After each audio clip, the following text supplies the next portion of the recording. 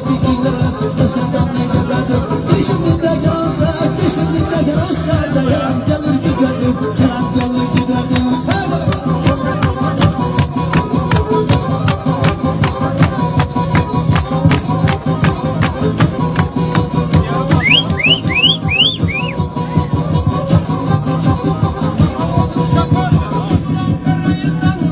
Alamadın düğünde baka baka doymadın da havun fidan boyundan havun fidan boyun olmadı doyamadım havun fidan boyundan havun fidan boyundan bahçesinin önünde var yabanın kurtları geçti yıllar aradan geçmedi umutları kemençemin üstüne yayın vururlar Sudan gelmek yazıdan